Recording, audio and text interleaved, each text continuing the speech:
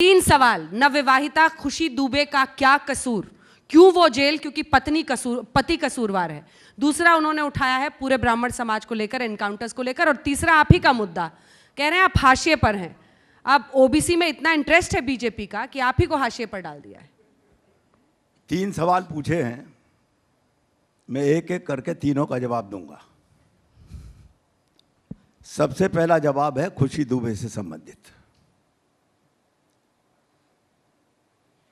और साथ में जोड़ूंगा इन दलों के द्वारा ब्राह्मण का विषय उठाने का, ये किस जाति को पसंद करते हैं उसके तारीख वाइज में उदाहरण भी दूंगा।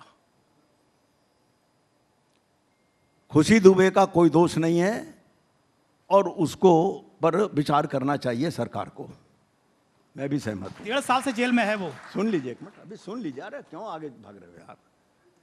लेकिन इन सभी विपक्षी दलों से मेरा विनम्रतापूर्वक आग्रह है कि यदि खुशी दुबे के साथ अत्याचार हुआ है तो न्यायालय खुले पड़े। इनमें से किसी का साहस क्यों नहीं हुआ कि न्यायालय में जाकर कहें कि सरकार उनके खिलाफ अत्याचार कर रही है। ये उसको राजनीतिक भुनाना चाहते हैं, खुशी दुबे को न्याय नहीं दिलाना चाहते। नंबर 2,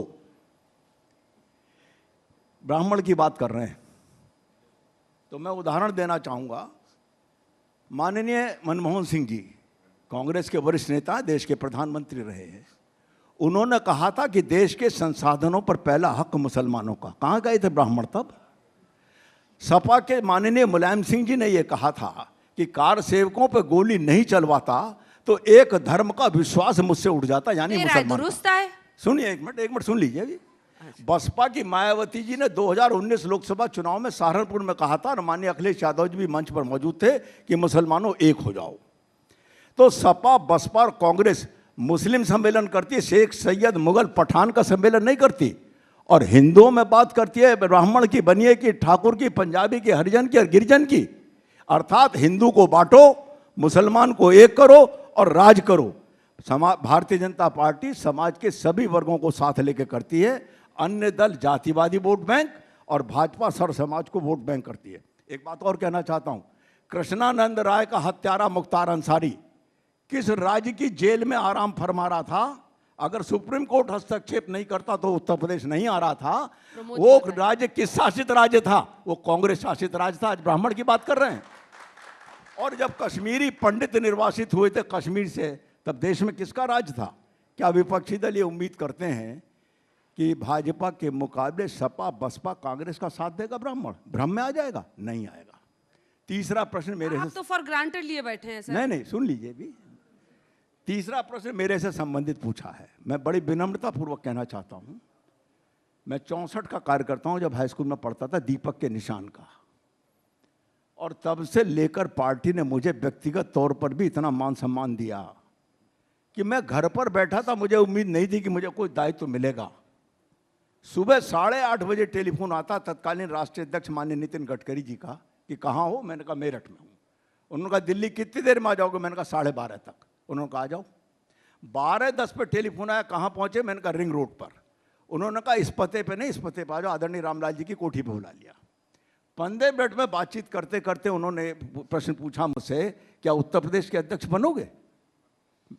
वही तो ये कह रहे हैं। सुन तो लिए। तो उन्होंने मुझसे जब ये पूछा तो मैंने कहा सिपाही हूं, सेनापति का आदेशों का पालन करूंगा। अध्यक्ष बन गया। तो जो पार्टी एक घर बैठे कार्यकर्ता को घर से बुलाकर अध्यक्ष बना सकती है और 4 साल अध्यक्ष रख सकती है, तो पता नहीं कब आवश्यकता के अनुसार भाजपा बुलाएगी। लेकिन इतनी बात आज आप में क्या कमी है? अरे सुनिए नहीं, आपकी चिंता छोड़ नहीं रही है। सुनिए, मुझे अपनी आपकी चिंता नहीं है। छोड़ नहीं। आज की तारीख में भी कल नड्डा जी की बैठक, उसमें मैं बुलाया गया हूं, ऐसा नहीं है। लेकिन कब किससे क्या काम लेना ये पार्टी तय करती है। पार्टी हमारी मां है, इसलिए मां का निर्णय सर्वाधिक स्वीकार होता है। और अन्य दल का तो मैंने बता दिया कितना इनका ब्राह्मण प्रेम है। इनको केवल अल्पसंख्यक वोटों के अलावा कुछ नहीं चाहिए। नाम पर ये बैठ मैंने खुशी दुबे के नाम पे तो कह दिया। आप कह रहे हैं। हाँ। तो फिर मोर्चा लेकिन ये खुशी दुबे के नाम को राजनीतिक भुनाना चाहते हैं। अगर इनमें उसे न्याय दिलाने की इच्छा होती तो चले न्यायालय में जाके अब तक उसे न्याय दिलवा दिया होता। इन्होंने ये नहीं गए हैं। रीटा बहुगुणा जोशी पर राजनीतिक लाभ उठाना चाहते हैं, रीटा बहुगुणा जोशी का न्याय नहीं जवाब दिलाना नहीं मिला। चाहते, न्याय नहीं दिलाना चाहते। रीटा बहुगुणा जोशी पर जवाब नहीं मिला। उनके घर को नहीं, जलाने वाले रीता को बहुगुणा सदस्य जोशी के घर को जलाने वाले पार्टी में शामिल किए जाना उचित नहीं है।